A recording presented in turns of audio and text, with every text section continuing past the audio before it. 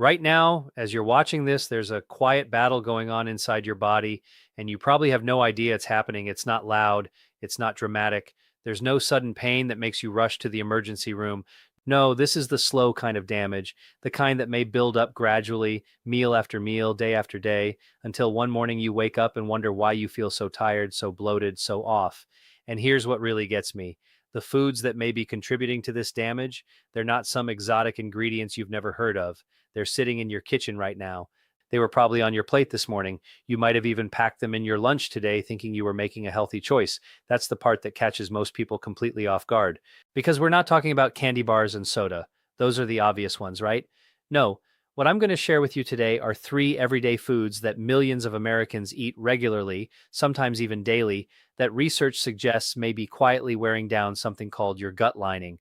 And when that gut lining starts to weaken, the effects don't just stay in your stomach. They can spread. Your energy drops. Your joints ache more than they should. Your sleep gets worse. Maybe your digestion has been unpredictable for months and you just chalked it up to getting older. Maybe your doctor ran some tests and everything came back normal, but you know something isn't right. If any of that sounds familiar, I need you to keep watching. Because what you're about to learn could change the way you think about your next meal. Now, I want to be clear about something before we go any further. I'm not here to scare you. I'm not going to tell you to throw out everything in your pantry or follow some extreme diet. What this is about is understanding, really understanding, what certain foods may do once they're inside your body and why your gut is so much more important than most people realize. Because here's something that even many health conscious folks don't know. Your gut lining is only about as thick as a single sheet of tissue paper. One layer. That's all that stands between the food you eat and your bloodstream. When that thin barrier stays strong, it lets the good stuff through, the nutrients, the vitamins, the things your body needs. But when it gets compromised, tiny openings can start to form, and suddenly things that were never meant to get into your blood may start slipping through. That's when the real trouble can begin. And the three foods I'm about to walk you through? Research suggests they are among the biggest reasons that lining may break down, especially as we get older. The first one is something nearly every American has in their pantry. The second one is actually marketed as a health food. And the third one is the sneakiest of all because it hides inside dozens of other foods under names you wouldn't recognize. So let's get into it. And I'd ask you to stay with me through the whole video because the most important part, the part where I show you what to eat instead and how to support the repair of damage that may have already occurred, that comes toward the end. Trust me, you don't want to miss it. Let me start with something that happened to a woman I'll call Diane. She's 71, lives just outside of Cincinnati, and for most of her life, she considered herself a pretty healthy eater. She cooked at home most nights. She didn't drink much. She kept sweets to a minimum. She walked her dog every morning around the neighborhood, rain or shine. But over the past few years, something started to shift. A little more bloating after meals than she used to get. Then came a heaviness in the afternoons, even after a full night's sleep. Her knees started swelling more than usual. Her doctor said it was arthritis, gave her an anti-inflammatory, and sent her on her way. Her skin got drier. She started catching every cold that went around, and the digestive issues went from occasional to almost every single day. Diane went back to her doctor. They ran blood work. They checked her thyroid. They did a scan of her abdomen, and everything came back within normal range. She sat in that exam room and thought, then why do I feel like this? If you've ever had that moment where the tests say you're fine, but your body is telling you a completely different story, then you already understand something important. Sometimes the problem isn't showing up on standard tests because it may be happening at a level most routine screenings don't look for. And that's exactly where your gut lining comes in. Think of your gut lining like a window screen on a warm summer day. When that screen is in good shape, it does its job perfectly. Fresh air comes through, but the bugs stay out. Your gut lining works the same way. It absorbs nutrients while keeping out things that don't belong in your bloodstream, like undigested food particles, bacteria, and toxins. Now imagine that screen gets a few small tears. At first you might not notice, but over time, those tears get wider. More and more things start getting through. That's essentially what researchers believe can happen inside your gut when the lining gets compromised. Those tiny openings may allow substances to enter your bloodstream that your immune system doesn't recognize. And your immune system does exactly what it's designed to do. It launches an inflammatory response. Here's the part that surprises most people. That inflammation doesn't necessarily stay in your gut. It can travel. It may show up in your joints as stiffness, in your brain as fog and forgetfulness, even in your skin and energy levels. Researchers are finding growing connections between gut lining issues and conditions that, on the surface, seem to have nothing to do with digestion.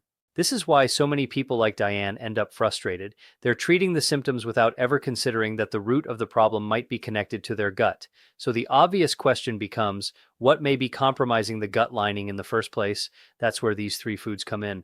Because while there are many things that can affect gut health, stress, certain medications, lack of sleep, food is the single biggest factor you interact with every single day. Every meal is either helping to maintain that protective barrier or potentially chipping away at it. The first food on this list is one you've probably eaten thousands of times in your life. It's in bread, pasta, cereals, crackers, pastries, and even foods you wouldn't expect, like soups and sauces. I'm talking about modern processed wheat. Now, before you think, oh, this is just another gluten thing, hold on. This goes deeper than the gluten conversation you've probably already heard. Starting in the 1960s and 1970s, wheat was crossbred extensively to increase crop yields. The goal was to grow more food, faster, cheaper. From a farming standpoint, it worked, but the proteins in modern wheat, including but not limited to gluten, became structurally different from what our bodies had been processing for generations. And you don't have to have celiac disease for this to potentially affect you. The issue centers on a compound called gliadin. When gliadin comes into contact with the cells of your intestinal wall, research suggests it can trigger the release of something called zonulin. Think of zonulin as a chemical key. Your gut lining cells are held together by tiny locks. Scientists call them tight junctions. When zonulin gets released, it may turn those locks open. The spaces between cells widen, and your carefully sealed gut lining can become more porous. Studies suggest that gliadin may trigger zonulin release in many people, not just those who are gluten intolerant. In some people, the body recovers quickly, but in others, especially older adults, people under chronic stress, people taking certain common medications, those openings may stay longer, the effects can accumulate. Walk into any grocery store in America and look at what fills the shelves. Wheat is in practically everything, and most of us grew up being told that whole grains are the foundation of a healthy diet. So when someone starts feeling lousy, wheat is usually the last thing they suspect. I'm not saying every person needs to eliminate wheat forever. What I'm saying is that if you've been dealing with unexplained bloating, fatigue, joint stiffness, or brain fog, and nothing seems to help, reducing modern processed wheat, even for just a few weeks, is one of the first things worth exploring. Many people are surprised by the difference. But wheat isn't the only food that may be quietly affecting your gut lining. And the second one on this list, this is the one that really gets under my skin because of how it's marketed to consumers. I'm talking about highly refined seed oils that are in almost every processed food on the American market. The word vegetable sounds harmless, right? But most vegetable oils aren't made from vegetables at all. They're extracted from seeds: soybean, corn, canola, sunflower, safflower, cottonseed. The seeds are crushed under enormous pressure. Then chemical solvents are used to pull out every last drop of oil. After that, the oil goes through degumming, bleaching, and deodorizing. By the time it reaches your kitchen, it's been so heavily processed that it barely resembles the seed it came from. Here's why that may matter for your gut. These refined seed oils are extremely high in omega-6 fatty acids. Your body does need some omega-6, but the modern American diet has pushed the omega-6 to omega-3 ratio to something like 15 or 20 to 1. Research suggests that when omega-6 levels get that high relative to omega-3, they can become pro-inflammatory. And one of the first places that inflammation may show up is in your gut lining, potentially weakening the bonds between cells that make up your gut wall.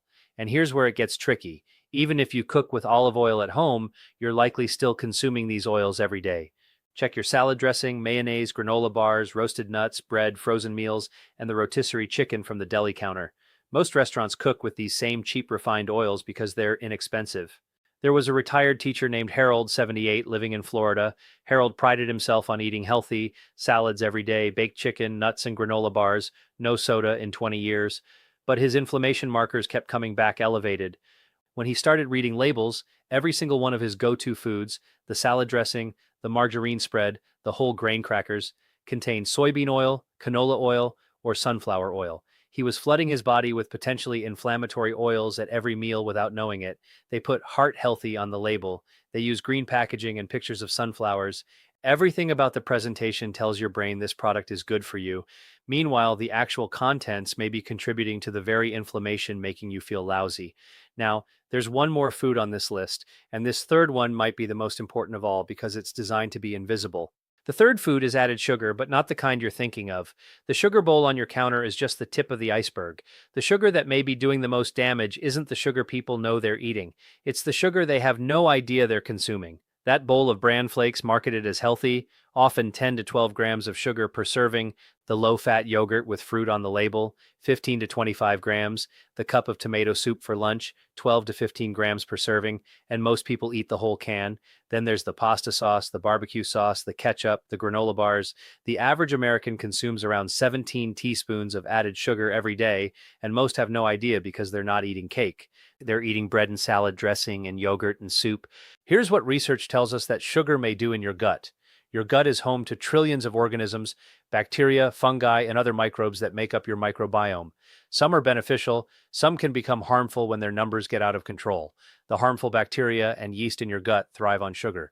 Every sugar-loaded meal may essentially feed the organisms that work against your health, allowing them to crowd out the beneficial bacteria.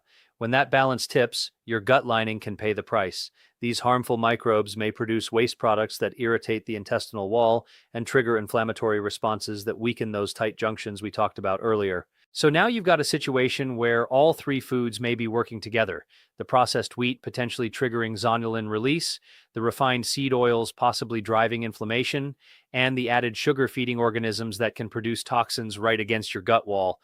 Layer those three on top of each other day after day, year after year, and you start to understand why so many people are struggling with health issues that seem to come out of nowhere. But here's the thing, and this is really important. Understanding the problem is only half the story. The half that actually matters is knowing what to do about it. And the good news is remarkable. Your gut lining is one of the fastest healing tissues in your entire body. The cells replace themselves roughly every 3 to 5 days. That means the damage we've been talking about is not necessarily permanent.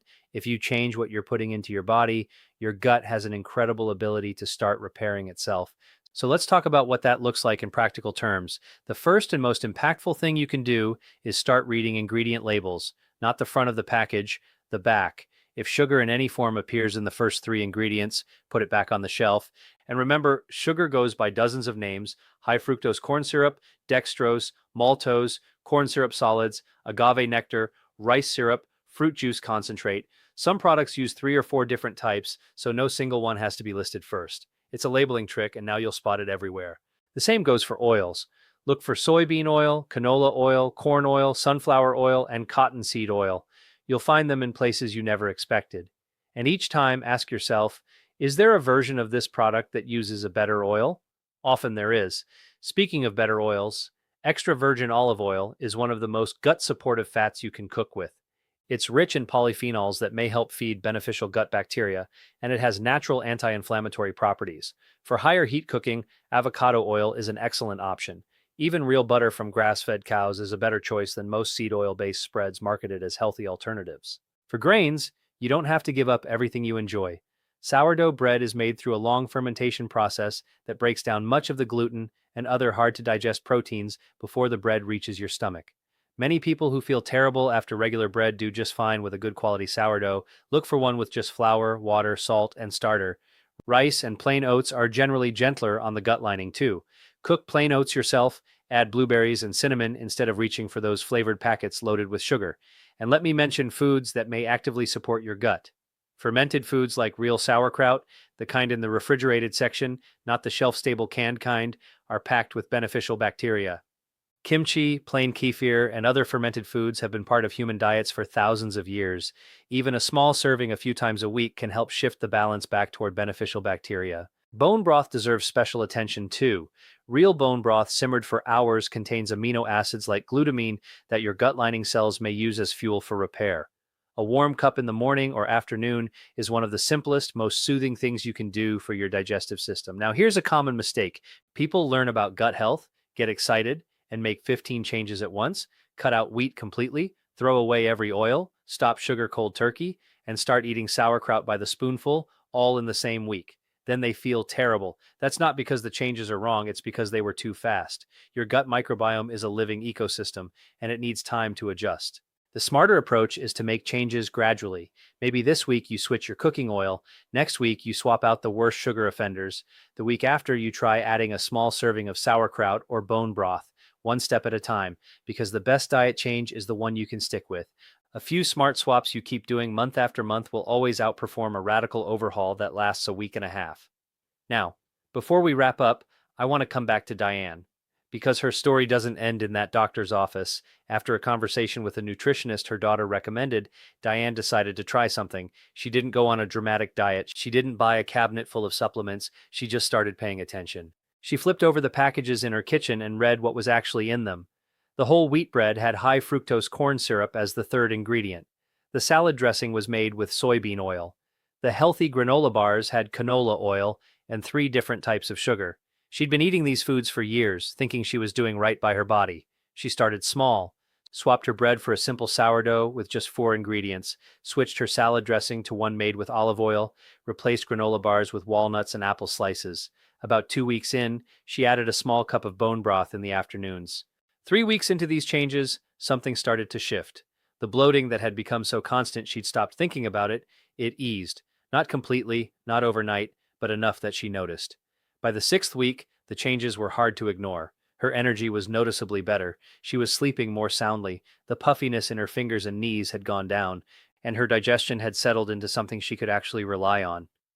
I share Diane's experience not because I'm promising you'll have the exact same results. Every person's body is different. What I'm sharing is that when you reduce your exposure to the 3 biggest potential offenders, processed wheat, refined seed oils, and hidden added sugars, and start giving your body the raw materials it needs, remarkable things can happen. Not because of some miracle food, but because you gave your body a chance to do what it already knows how to do, repair itself. And that's really the most important takeaway from everything we've talked about today.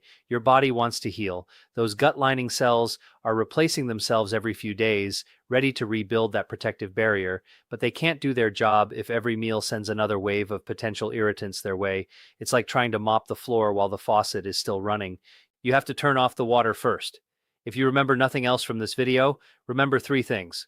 First, read your labels, not the front of the package, the back, the ingredient list. That's where the truth is. Second, make one swap at a time. Pick the easiest thing and start there. Do it for a couple of weeks until it feels normal. Then make your next swap. This is how real lasting change happens. Third, add, don't just subtract. A serving of sauerkraut a few times a week, a cup of bone broth, a drizzle of good olive oil, some fresh berries. These aren't complicated or expensive foods, but they can be powerful support for your gut. And listen, I know some of you might be feeling frustrated right now. When you realize that foods you trusted, foods you bought in good faith because the labels told you they were healthy, may have been quietly working against you, that's a hard pill to swallow. It's not your fault. The food industry spends billions of dollars making processed foods look like wholesome choices. But here's the powerful part. Now you know, and that knowledge puts you in a completely different position than you were in 15 minutes ago. You can walk into a grocery store this week and make informed choices. You can look at a label and understand what you're seeing. You can start a process of healing that, for some people, begins to show results in just a matter of weeks. That's not a small thing. That's everything. Think about how you felt this morning, your energy, your digestion, how your joints felt when you got out of bed. Now imagine that 3 months from now, after a handful of simple, steady changes, you wake up and those things feel even a little bit better. That's what's possible. Not because of a pill, not because of a procedure, because of food. If this video helped you, if something you heard today made you stop and think, share it with someone you care about. A spouse, a friend, someone at church or in your neighborhood who's been dealing with the same kind of issues. Sometimes all it takes is one piece of information shared at the right time to change someone's path. You have that information now, and you've already taken the hardest step. You watched, you listened, and you stayed until the end. That tells me you're the kind of person who takes their health seriously, and that more than any food swap or label reading tip is the thing that's going to make the real difference. Take care of yourself, take care of that gut, and I'll see you in the next one.